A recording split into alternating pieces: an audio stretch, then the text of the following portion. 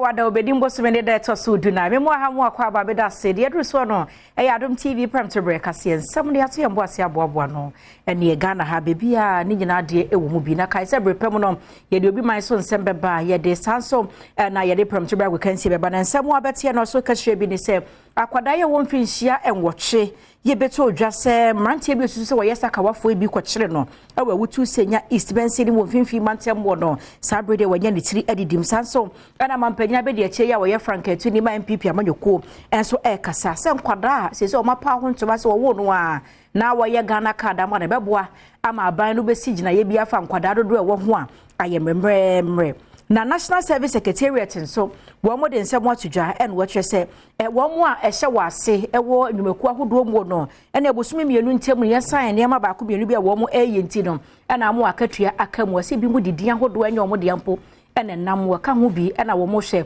na waye ho nsachare we ne nsem ahodo bi ena mde so mo say Premtobre Kasee bo Kasee nam DSTV channel 280 Go TV channel 119 Facebook no Adom TV extra savida bon rekente wono ena mama fade efefefa media siesie me ho wo hia me a eya freme anoche wa ba ajwa sewa ye basisia Africa me ho na nsem ni nchemu no me fa ni nyina ensomo na abemo awowo emfinhia ebeye enwoche na saa kwada yi ogina eye class 5 ya woko school na beto odwa se nipa bonfo bi kire ni sie ya sa nipa bonfo yi wo mo eye sakawa emrantie ni bi ewo kasoa blue top ye no ewo ewutu senya east mense no emu sabrede empeninfo akwaje no a wanya de tie didi mo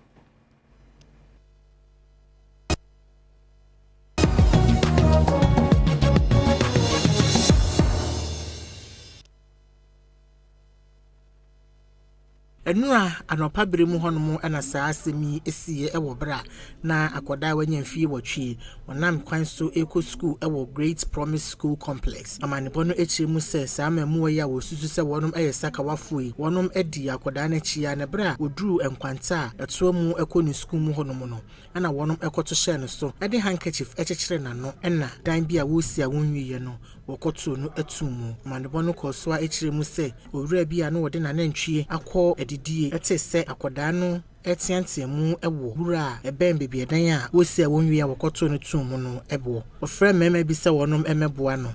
na brebo enwumre no nsia ekono nso beremu honom no ena wonom etumi eyi akoda no efri edam honom Elizabeth Lamte administrator of that Great Promise School Complex ano na esi ye no wode mo amanebo eto ya manebo ni anim ye baba ko omo ehunu obebi na na ya chichire no okay sani amete no me ko hosa akoshe ame ko ye mom no ni isane no the videos ame share ye chire se ni si ye no okay be mu so no mo be fa me drew ho no na em so one press this for the da okay please for be mu be ye yin hwehwe mu kakra endra kola ni ma me ba ha no mo call police station ho no if I just say case no almost say akola ni ira no guardians na bambe e can say omo amba and report to police station that madam e kan and they say omo eje say I'm not too sure I'm saying no 5 okay daddy and see after then I will put a bar around no I nya opportunity me ni bi hu kasai and drown she ni e man kasai nti yeguso akwaya ade esi no enya ye school hanko amba betumi ato akola dia okay bana akoba me say ye school akola betumi ato Ghana akola dia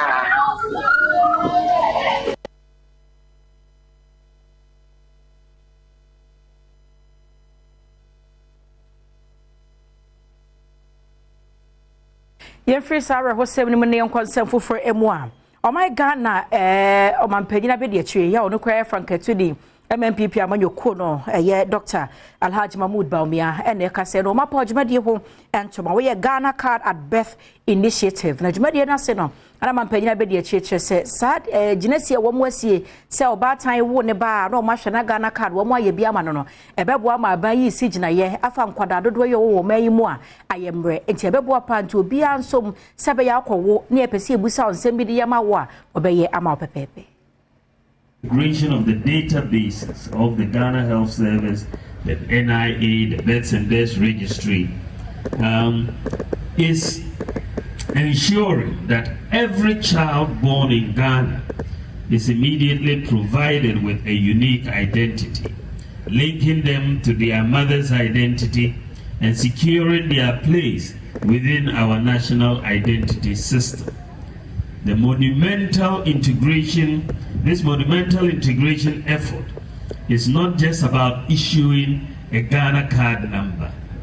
It is about recognizing and affirming the rights and existence of our youngest citizens from the moment they enter this world. It is about laying a foundation for their future, ensuring that they have access to health, education, and social services without unnecessary barriers. The Ghana Card Number at Birth system promises many benefits. It provides documentary evidence of legal identity, social relationship, and rights from birth and ensures social protection. It enables effective planning of essential services like health, education, and social welfare, which supports economic growth and poverty reduction. It generates continuous demographic data for better management and sectoral improvements in health and well-being. In fact, my own thinking is that with this regular update in the demographics in terms of how many children have been born this year, how many have died, how many people are part of the register, by the time it's time for the next population census, we will know totally the total number of Ghanaians. You wouldn't really have to go and count anymore because it will be digitally provided. Jibadi Shonko so asai akoso ewa Accra Metropolitan Assembly ye no na wo pa wo ame my Ghana Foundation ho to wada jumadi no ase no ene enka na etemu afo panyi Georgina Wood wo kire se wodi ni muduro nyina ebeta e kire hwehunu sa tentene ne ehun se mbegina bra ne sanso no wasre Ghana fo mo wa akade ahodo bia won fa di dwuma bia mu se won fa medan bo ame my Foundation no na won fa nkoma wo mu a wo hia Man Ghana Foundation eye adwumakuya enhyabanyase a won botaye ene se wonom a woni bie ewo omaimu no obeboa wonom ewo akwaniasa ahodo bebre so abra wonom eda ekuyi edi ewo Accra Metropolitan Assembly ana kane Chief Justice Georgina Wood edito Ghana fo nyina enemu se wonom fa obetumi aye aboa ekuo no ene se kakra wonom wode baba bemma ekuo no se de be ya wonom so betumi achecha ma wonom a woni bi. As former Chief Justice, I have dedicated my life to upholding the law and ensuring fairness and justice for all Ghanaians, regardless of their economic circumstances. However, in addition to a strong legal framework, I have realized that vulnerable communities truly flourish where education thrives and individuals reach their full potential. This is the philosophy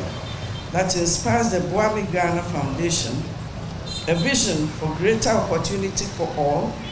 regardless of the circumstances they were born into. It is a vision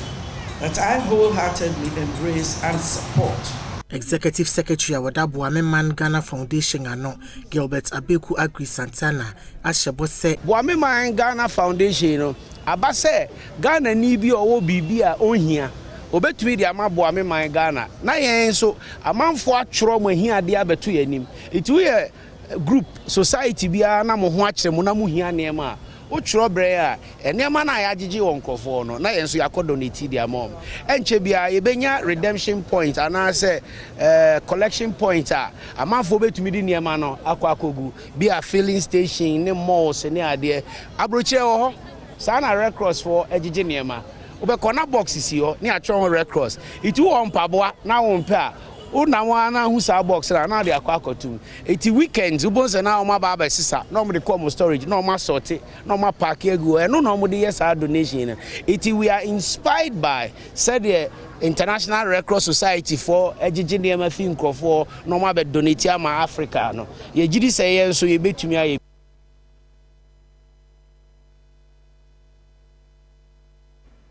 Yɛmfiri hɔ de yɛnkɔ nsɛm foforo emu na wɔn mu a maburu bia wɔn mo yɛ ɔmo national service na agya na ɔmo kasa so wɔ hwene mu sɛ bosome kakra ne wɔn mo sika no wɔn nsa enkan no kyerɛ wɔn sika na akora mu nyɛ du nso asanya kyɛ yɛ wɔn nsema yɛ bibie wɔ hɔ na yɛbɔ acting director corporate affairs Emma National Service Secretariat no Ambrose Entiwa ɛna ɛne twetwe nkɔmɔ no wɔkyerɛ sɛ ɔmanfoɔ bi afa kwati kwan so abba wura mu adwuma no wɔn nyɛ bi enso wafa adesuafoɔ ne maburu ne bi wɔn din ne wɔn foni ne ade akyɛ sɛ wɔn ayɔ wɔn sɛ nkɔ de bɛbɔ aban ne korɔ no bɛgye sika bra national service dwumadie no wɔn mo nka ho na ɛno na aba wɔn anim a wɔyɛ mu hwehwɛmu ka ho bi na ama bosome mienu yi wɔn sika aka mu. He said the National Service Secretariat for HE and San Wotua National Service for Sika ma wono inti manfo dodo no a na akasa afa ho na nsentemu ha no mabeto gya sɛ National Service for ayɛ adwuma abosome nan nanso abosome mienu sika na watua ma wono mu an senti ɛde ha pa ababegirai National Service adwumayɛfo no so. Acting Director Corporate Affairs our National Service Secretariat Ambrose Entiwa and joining Samani Bond for Etchim Komono wɔkyerɛ ni ntia ɛma sikatua no ɛkyerɛ. You are aware that we pay service personnel through switch card. So if you have missed even one number, the allowances will not go through. And we realized that this was quite a huge number. Perhaps through no fault of theirs, maybe some inadvertently they may have typed wrong numbers. And there were reports of impersonation also on the part of some of the service personnel. So it was important for us to do the exercise that we just concluded. That is the validation and clearance. So we always advise them that the number is unique for you alone. You keep it. Chemu say regional directors at the one more SS wotua won kadi nyina akwakoma wono matena ye Kasee mu ya wo beje clearance sebeya opepon ani wagefo bosome sika no obetua ama national service adwumayefo. So we asked all of them to go back to their various districts where they did their registration so that we would cross-check one with the numbers they had provided. And I can tell you a lot of them were wrong, so we had to correct them. And that is why we have been able to pay some of them for the 2 months. Hopefully next week we'll pay the rest. For those who got their allowances paid, they were able to submit their forms early as soon as they submitted their forms. So we didn't want to wait to pay them. Now hopefully next week, now almost every regional director has submitted what we call the approval list from the various regions and is going to our head office and forwarded to gifts. Yanko Gumasiamu and Sem Emway, Aferi MA Basic School, ya no was Sante Bantem no emu. Adisuafo no, and woman waken kind, and be a or this Angomani Begu, Michel Library no. Woman Swinibi, a Kansukusu, who will be almost so preso, so Benya and Woma can kind. Now, your company for Woman Shell Library Authority in Sono, and watch as a boshe, ye ba sen ko besha nanko my Ghana for na baby and ye biano, or my Muyanya Cranka Libraries, Makuma Qua Henum, now Boama, the Siafonia Bia Baquatnaqua Cancano, say more ha and your dunum 150 pe, and Ababadia, a one some a hajimpa. Said the schools are hot to a won't cross a hood room. Obeko honom no na neme bia anka bebo ma de kyerɛ na de suansɛm etimi akɔkama no wo mu eni bi no sanso so na afari MABZ school ye no ɛwa santimantal ne mo no okopie mu honom a wonsusu ni niema ebeboa ama de suanya de kyerɛ nsɛm no ayakono na emfa ho sɛ ɔman mu mpanyimfo de hyehyɛ gu akwam a nkeka wo mu nkwanka de suafo nyina etimi kan etimi kyerɛ no okopie mu school sa hodo bi e won kurase a ɛden se bi mu mpo ebetumi akenkan na Adom Kasee di mfidie ekopie mu ewa afari MABZ school no yehuno se enwoma dodo na na school ni mu emboa ema adesuafo no ntumi nya bi enkenkan ne senti ene headmaster wo school ni mu Reverend Francis Afomaje etwetwe nkomo nsɛm bia wode atudwa eni The small library, the challenge is we don't have enough books there, and the chairs and the tables there are also not enough for the student to use it. The new library is going to help us a lot because the new library has an ICT lab, and it has a modern books that will benefit the student with the new curriculum that we are using now. Ofosu Premtobre ya wono ya santimantam no librarian enso so ni Adom Kasee denkomo na wo kire se the schools ahodo mu won nwoma wo mo kenkan no Ghana Library Authority mpanyimfo pa. Our mission is to connect every Ghanaian to knowledge resources. And if you look at the number of districts we have in Ashanti region, and as compared to the number of community libraries, is woefully inadequate. So for us, or to us, is an exciting news to us because we are happy. So this library is going to be our 20th library, community library, raise real money. The Krakra Rosapon Yawa no ya founder, Emma Sanitation and Literacy Ghana, and so catch to say.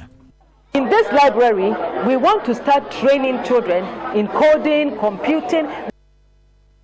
From Antemo for Archibald Yaw Lecha, Dr. Sam Enamike, Akopiem Ewa Marshebe Jefia, what in some who to Marshebe and Nino effort 25 million Ghana cities accommodating projects. Nesse, one more Epono, Abbas Racha, Madaiko, and Suahu were 2 warm one, and a sassy can be bought as a one fan baby as Uncle Fondu tea ebeto. And T baby, well, yes, our projects Nako Druno, a Munchemono, the Akoma Marshebe. From Antem Swafo, Dr. Archibald Lecha, and Nekopie Mumra Shebe Jafia, which literally Mumponswa, 25 million cities accommodation project Yana Warrior Diamacro Mafua, in Sui Yiri Honomo Hokayano, a Jew, no one is some emuno, or the two just say, a dina will see no, and Yakurano Nipapayese 115, in Sui 2 Omofi, Yenti wonya baby for Tinto, and obey to me the woman alcoholum. Na emfa hone how kakrabia womo enyaye o womo dwumedie mu no omukusua ye ne man 10 times said beya edan ni bia womo si ya Ghana gas aso wo masene no obetumi awie bi ye de makromafo 281 boys and 301 girls below 18 years respectively were severely affected by tidal waves in the Ketu sub-municipality. In response, the Municipal Assembly sought to undertake a relocation of 115 households in the Salakope, Amutinu, and Agaveji communities, which were worst affected. It was decided to construct 2-bedroom apartments, extend utility services, water, electricity, and road, and drainage works at a new site. Otwane nsem ne so kyerɛkyerɛ mu hyehyɛ impanyefo de akɔ akwama obefa so de yi won mo ho kae ne nyina e de akɔ adan foforo ya wo si de ma wo mu yimo. Mr. Speaker, the total cost for the project was estimated at 25 million Ghana cedis, and the Municipal Assembly sought support from the central government and non-governmental institutions to finance the project. The status of the project. Land has been allocated by the chiefs of Agaveji, Amutinu, and Salakope communities for the project. The land has been surveyed and demarcated into various plots. The servicing of the land with water, electricity, and road has been done. The Assembly has submitted proposals to various institutions of state for financial support. Yanko gomo ato boase na no ewo gomo apo yemensi mu mfimfi mantemo emabunu bi ewo hwati kogia mu de bia bo wonti no wonsa te wo gomo nte so ya wo ye ye wo ha nyina ne se abusua pagine ba ko ye wo ho na awuji tonwa no tonton sa se watonwa aton bia ye wo gu bola atonwa aton asieye yanka wase wo chichiri kurokura no a wo tie asieye to se asieye no wate asimu ya wo twitwa na mabunu ne che se de panyini no omudie no omopene so a enyi Emabuna wombofu echiremu a ebusia panyine tonton saase ne basa ema sese mpuntu ema ho Adom Kasee ene wo motwetwe nkomo ene wodi tu dwase nananom ewo gomwa tobu ase aya mamere ewo akonwa no ehu okoba posifu amane ya betwa ahemfie wo hia esebe ya emabunu emowura wo enkoye bone bia amanfunu ogu bolo wo no ebusia penaton gomo atubase ya ne sese be bia ye bokwa genabia kra na o se ye bo genabia won ebusa penaton ye kabisa na o se kro na ye den ono ana ye den o hweso Ye baby say an aban crab opro ye mpuntunwo krom a ye bi because ye dwon an say e bu so pena tonton asase ni ya but all say o man why nyama basa o wie so wo da kofa o man hen ho nyama bi akokọ basa ya hwe ni ya to ba zukroe oboto ama ho yes ye ntie madam asem na ye dey onsi o cemetery no na bola no so waton na esei no so waton na abusia pen no men wodni so kakase on hwe achi enti say na koku ba ansale ka no ya na koku ba ansale ya adwe na youth so akoku no ya babo na koku ba ansa na wa ye kro ni ye na ye say na koku ba ansa wa babo youth akoku no anakwa ekubonsra ohina wo gomu atobo ase ene Adom Kasee twetwe nkomo ekire se kro ni hia mpuntu ne senti na mo bia wotu no wotu se beye beboa omanfo ankasa mamo oyere ohye achi ba achi na ohye ne hu de nyama na oye no ye ni because eseyi na wa no kra no wachi mebi waton ofa no mundra na na moja ni nyina no webu ni nyina wa de waton at the same time ball na mba na adi na wakodo wakoto nregudo waton ni nyina bibia ye na mocha to de sebiyembo ejina bia ho nyina no wa de waton asasa wo kunum no yechuma waton ofa wentuma afa ye mputu bia okunum nti ye hu de ye ya hwan na otena zo a obese nyama nti inde na ye de ibede ibi ne ibetunu because na ngase we di kan wako na osefu ni nsin na nyimfi wakoti waka de ono onye buso apanyin na obohye achi at the same time no wako omahen briefo na nyimfi awaka de ono de onye buso apanyin no obohye achi nti se enye buso apanyin no obohye achi da na dem tamya wachi me ohini ode mehwe na me den misi ebuso apanyin na oboboa na kuna den etumpon. Dr. George Ajekum Donko, titana Emma Board of Directors, Emma ECOWAS Bank for Investment and Development. What the other shred there, and your futu, Ama Womo, Numenina, esse, was rada, Obia, for the Jumanian Pempensuabia. So my Ghana, Edane, Yanajan said, Yoko, we are Sia Fanedina, said Yadanenoa, Nejumano Enfiemu from name, where Jumano Subet to me, Adani the Wubi, na Ache, Ubese, a full front or airbano, ne Jumano Fasway, Sefatano, Onsaka.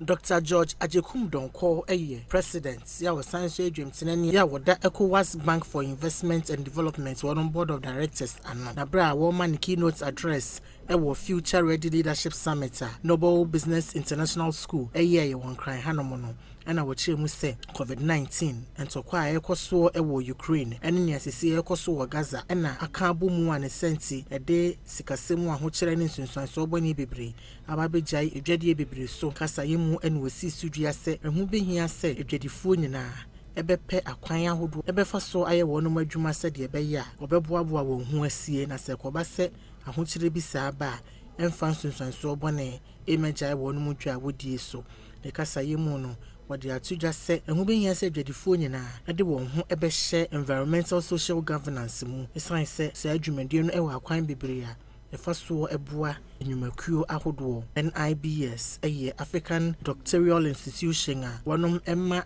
accredited degree programs ewo siapon ahodo ewo amanonimu bi te se SBS Swiss Business School Zurich Switzerland any IPAC program school a ewo France.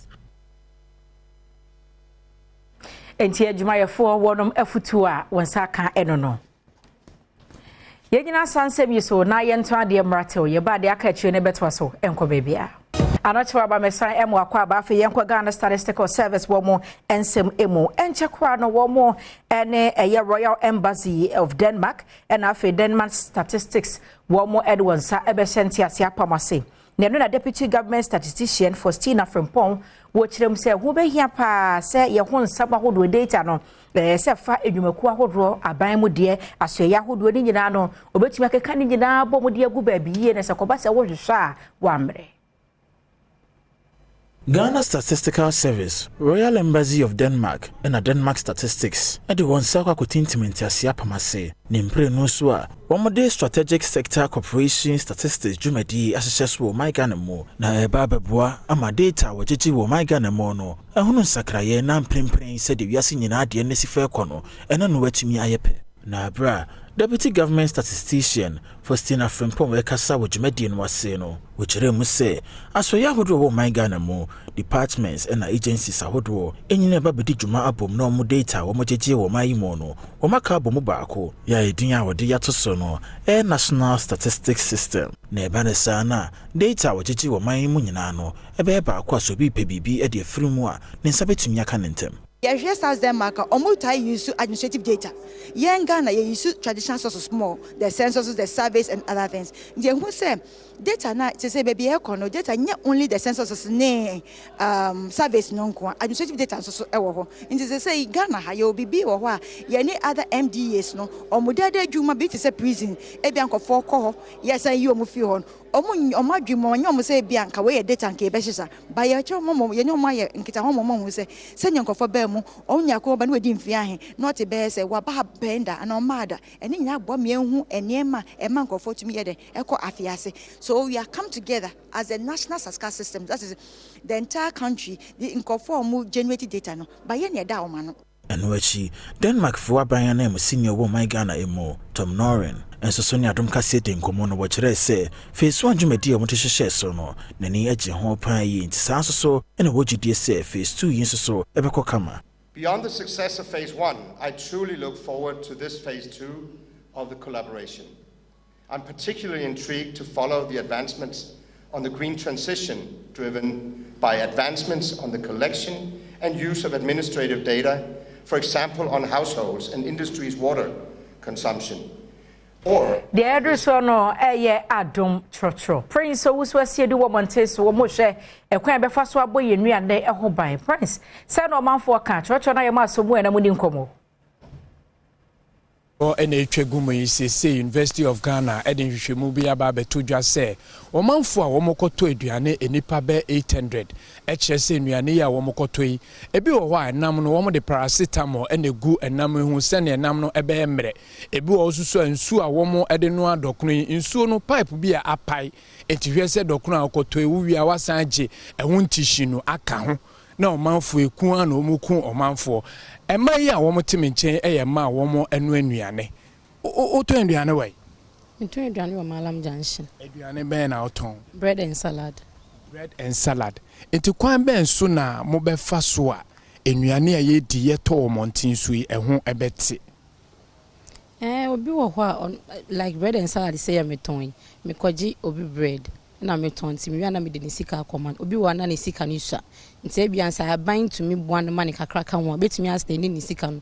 that's why be okwa market a betumi ato ade kese bia ni sika ni sua de obekwa market obenya bia obeto na ode abeye eduane no ama nkofo mo omuedi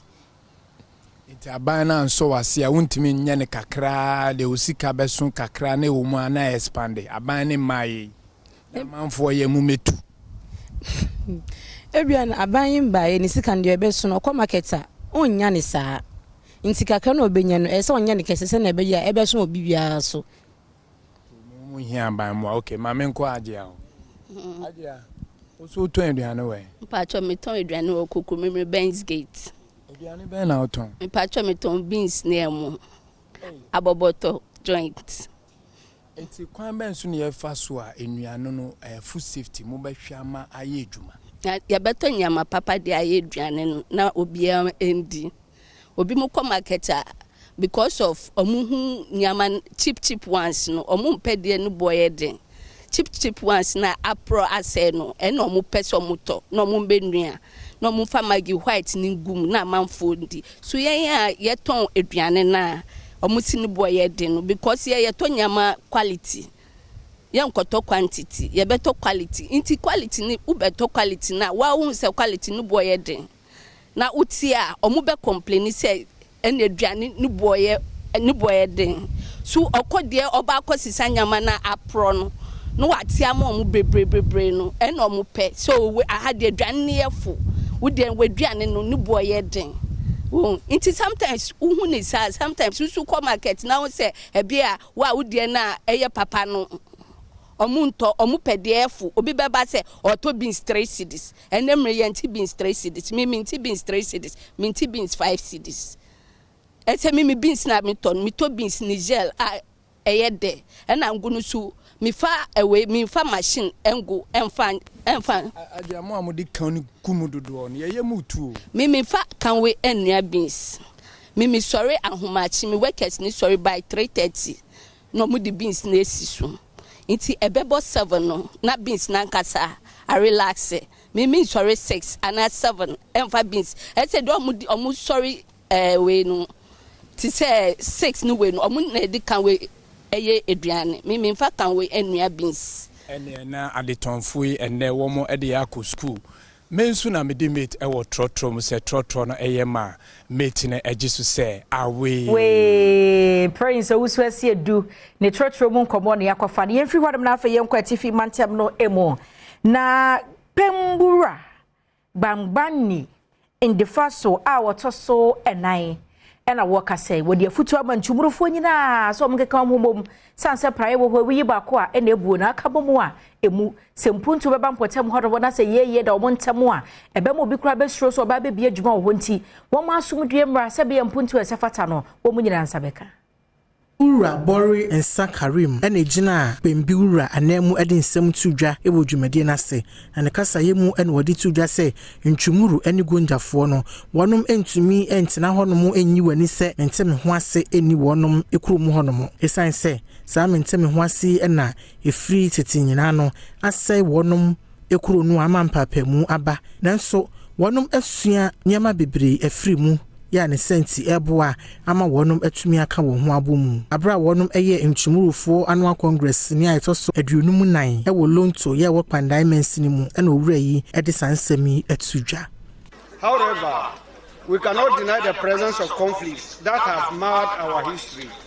Yet, let us view these conflicts not as scars of division, but as lessons learned in our journey towards reconciliation and unity. It is imperative that we acknowledge these challenges and strive to mend bonds that bind us together. For it is unity, not division, that our strength and prominence lies. The theme for our program, which is strengthening our culture and education for accelerated development, the role of the Intumuru kids and elders, resonates deeply in our collective aspiration. Quality education indeed holds the key to unlocking the doors of progress and prosperity for community. Yemfree eye atifi mantem ne mone emra fra mantem no ahinkro ho emu. Na Pentecost asafo ne fa ye wo ho makeka omo ho abom apa wa fim pinuni aduonu nan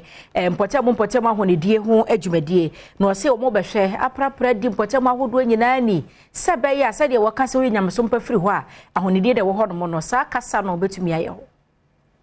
Santo Aboyi, Voter Regional Coordinating Council, Voter Regional Environmental Health and Sanitation Department, Hui Municipal Environmental Health, Zoom Lion Ghana, New Yumekwa Woodwa and Akabumwa. The Washane so befa Pentecost as return so, a church roman for Kwa Bafas Wedi Wuni, Apostle Dr. De La Kwampa, area head, our DAP Church of Pentecost, who ano, Oni Adom Kasee to trace sound Komoy. Say to me, she said,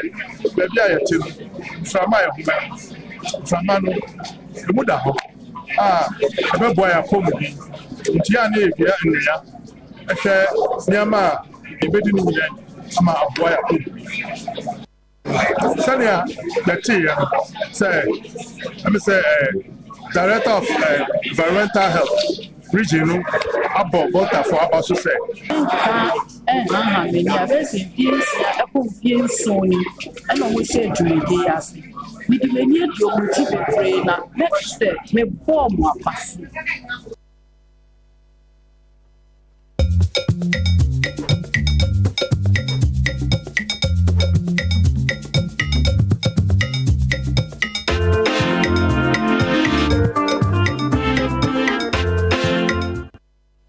Ghana busumemu ena ye wono na ye fasa akwanya so kasabebuo ne kasakwa hodo bi sede ye kane ye no ne ya kire ama Ghana fo nyine hu ye se de mguase emfata kaniba ne nchase ne sei na nabrefa atremu sei ye emfata okaniba ewiase aye ba ye no ya na abusua ne ya tetetichemu na emu no se wo hwe aka amamra ona cheche wo no hu akuakuo na abribia no ya no ne bo ne homode se sebe animguase ema emetoa won ana emefa won abusua mu ti obi a wote aka mu no so ya na nadwe wo se obra a obobia no ense ye obra pa a enkofa obra boni bia ema mesano ana ema emeto no enti abiri bia no se wotu ne ma ana ne wofa ase wofo a no wa kire se ade a mempese mehu se obi ede ne ho ahyem eye se be kro no bo ana se woko bo obi apo ana woko to chacha ana okoye ne ma boni bi mempese obi abeye saa ewa busua ne mu sanse se wokoye saa pa na ede ne mu guase e na ebreye ewa busua ne mu enunti ese me hu se ebra a wo bo no o bo ne kwan so okani de yenim se ne nana ne wofa na busua no won watu nefo enuti se mpo edwa na wo babedi a eyeteku eyesempo a ebi asabe na wakofa sabe obeyire enti na bedwa eba bedwa na se asomesi wo pa na akoye saade anade agu wabusua na nimu asesa no we de okani ba wa anya ade fi se wunim se sabe obi a waware de waware na ade na okofa esuma se wo kwakofa no wagu abusua na nimu ase enti abiribia no ya na nananom bo ban se mo amu nyini ba no mo hwe sania mo nkonkofa obrachi ubia ebeba betodwa ewo mpani anim no na di anim guase ebre saa akan abusua no ana okani abusua no enti na ebu bere se anim guase emfata okani ba yeguswa wa Ghana month nsensem no emu me yebre ni ensa no adwuma ne kentenwuro nti sankomo yi ya na ye medepa na Global Open Initiative and Wikimedians of Chi Language and our moche says so mo fat for ho so na wakokwa abrensa so nkanka bonwere kenta hodo ne nwene edin de enti akontene bebo ade ne nyina ho abakwasem no omakuchire de egu abefo ntenten fili kase no so na yenkodi enkomo Jemima entwi aba abeka me ho enti yeni emu enkomo Jemima akwaba na mbombo kode nyame adom ede nyakopon ase minim se mo frase mo field and all that mo field no experience it say me dasi bebre mesa esi medini subie mede Jemima entwi said e wo kan ya na manage say ubisa sa question we say experiences ne de na eye bebre de tia ne say de di kan no unse enam say eye ejumaku ani edi sa ejuma nti unse bonre ye krokase untimi sorry prekope na wakoho nomti edinkan hu mpanimfo ye ne omudi nkomo mpanimfo nso kire amamre ne amane bi e wose ye etrese ye koje abakwasem enti no untimi hu obi akekenti de ya me fepa nso ne se omayi kente hene kente hene no ne di ye nimu kire ya abakwasem ne de tie nyame anim ne na nikapa na ye free one so omusama e de yakọ museum wonom and ya nika sekente ye wo kente museum say na edan na ye dan mu efepa ye wo konso a oma display empanimfo a oma use kente ni bi de akọ functions bi ene jumadie bi ase ye mampani ne ye mampani abedi a kire ne yirenum nyinamfo ni ewo ho no mo ye hu mabunu ne nso kro ne nso ye kra ebra wo bedru mu no wura mu a wo behu se mabunu ni bebre na di se akenten hu juma ti shops bebre wo ho no mo a omu ebia omu de ton kente no nti kakra metu me aka no ye kente museum no ena na mo na nakuragu santambre etwetwe emu nkomo no okay afa yenhwe na ye mokọ ye mo hu kente no na hodo ya no die na ma design no mo ye no what goes into the designs nima bebre ekọ ewo design no e kire se obia ne the way a osi enwene ne de sifa yese adia efe de no ni wani enti se mekoto obi wo ho no mabru ni bi wo ho no ma wo hwe nhoma no colors a wo makeka bom na omudi di juma na anyame animu ni efe pa na kente no ewo din sade adana ye ba ye beka ye no ebia eni ni din na din nso no empempi ne ya wo muto se ebia obi beye bibi bu akro na omutimi nwini kente ni bi de to no ti se gift yanti di fatia fatankroma ohema aba Ghana. Yes. It is kente yi nyina ye ade a obi ebi binti te se fatia fatankruma say na wo hwe ohema ba Queen Elizabeth ba ye no no edisia no ye obi de adwene si dwene so ene gagamuga ene ade enti no edom di wachi enti kente ne de na ubisa ya eye bebre ma ye hwe ye bre no enti source of funding ene say Kasee yi de yen ekuo no Global Open Initiative ni Wikimedians of Chi Language Wikimedia Foundation na efande ehwe eboaye wosikamu na empempi no ye project bi a ye no eho na ye nya ye mo a edif free na na manage se we bisa ye se ye guso ahia mo a enye no nko because especially mu media fo ye hia mo se enema bi say no ya because ye di kogu Wikipedia ni Wiki Commons nti eho na nkofo fa wo mu nim de free ena Wikipedia nso ye mfa bibia ngu ho keke wo de to wono mo a ewo se utumra no a kiresie ti baabi a wo kofa free no na wo de reference ato honum enti se nya media houses no mu publishes information we de to omu website a yanso ye betumi afade aye reference na ye de ato Wikipedia se nim de no ados unse ye hwe abrofo ne ye abibremu ha sei na ye hwe content gap na egu Wikipedia ye ne abrofo na edos na obi wo hokra na obetimi ofri omanfo fro so obetimi atro bibi so nkokra emfa ade ne humpo enti yen no ye se ya sade se yen kroma no ye hwe ne ade no kura de no eye de eto abefo ntenta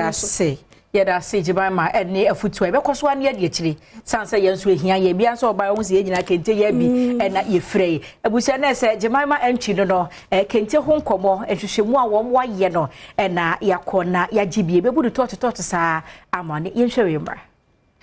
yenkwa ne gidie mu ensem emu ana Ghana high life jumtuni ba ko kwabena kwache kabobo ye ne friend se keke kabobo enche bia na beto odwase de ho mfa no anopai kache kwame apia akire mu se watona nanom ewonsie do asamo a yate no anapai eni se ye papa keke kabobo wa free mu anapai ya emu no kura ne sen nana yo medasi mechia Adom FM etiefo echia Ghana mai ayampa mekase drichi abo